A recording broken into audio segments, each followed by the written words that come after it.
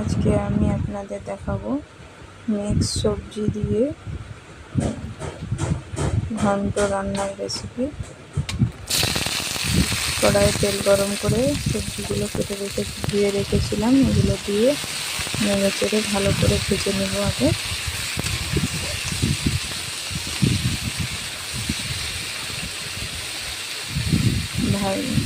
এতে সামান্য পরিমাণ হলুদ গুঁড়ো আর লবণ দিয়ে ভালো করে নেড়ে চেড়ে ভেজে নেব।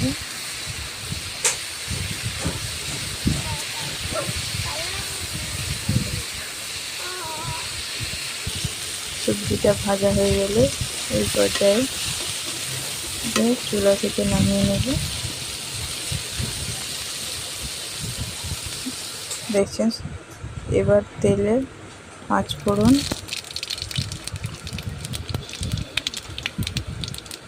পেঁয়াজ,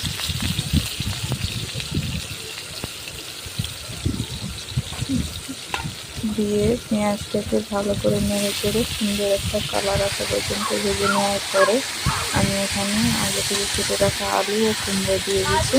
তখন ক্যামেরাটা বন্ধ ছিল, তাই দেখাতে পারলাম না। তো এর আলু কুমড়োটাকে একটু নেড়ে চেড়ে ভেজে নেব। ভাজা হয়ে যখন তেল ছাড়বে এই সময় মশলা অ্যাড করব। আদা রসুন পেস্ট, আদা রসুনটা আগে একটু ভেজে নেব, তাই কাঁচা গন্ধটা মরে যায়। এরপর গুঁড়ো মশলা অ্যাড করব।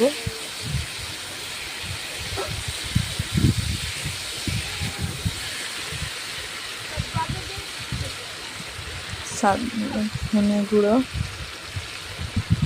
জিরে গুঁড়ো, লাল মরিচ গুঁড়ো, এতে ভাজা জিরে গুঁড়ো দিয়ে ভালো করে, আর কাশ্মীরি লঙ্কার গুঁড়ো দিয়ে ভালো করে নেড়ে চেড়ে মশলাটা কষিয়ে নেব 2 মিনিটের মতো। এরপরেতে একটু জল দিয়ে আবারও ভালো করে কষে নেব।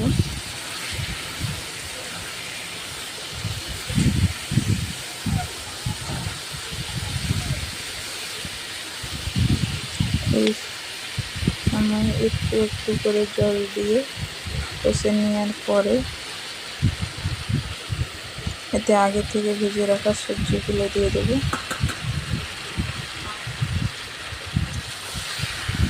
দিয়ে ভালো করে নাড়াচাড়া করে কষে নেব সব সবজিগুলো একসাথে।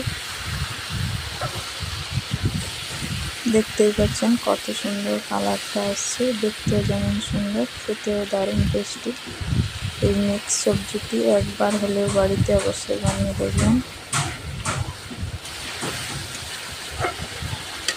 জল দিয়ে অল্প অল্প জল দিয়ে ভালো করে কষে নিয়ে কষা হয়ে গেছে। এবার এতে জল দিব।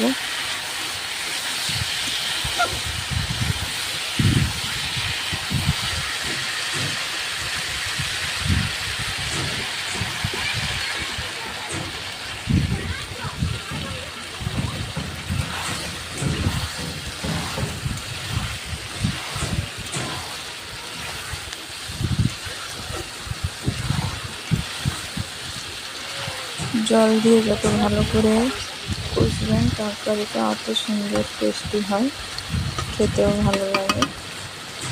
এরপর আমি এতে জল অ্যাড করব।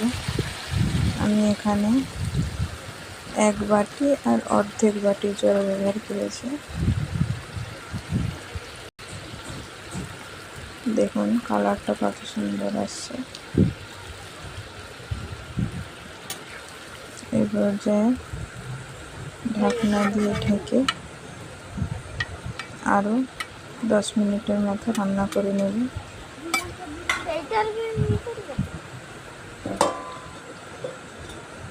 10 মিনিট পর দেখুন কত সুন্দর একটা কালার আসছে। এবার দেখুন রান্না হয়ে গেছে, কড়াই থেকে নামিয়ে ঢেলে নিয়েছি। দেখুন দেখতে কত সুন্দর লাগছে, খেতেও তেমন টেস্টি হয়। এটা ভাতে, রুটি, পরোটা সবার সাথে এই রেসিপিটি বানিয়ে খেতে পারেন, দারুণ লাগে। আমাকে এই মিক্স সবজি রান্না ভালো লাগে, কার কার ভালো লাগে কমেন্ট করবেন।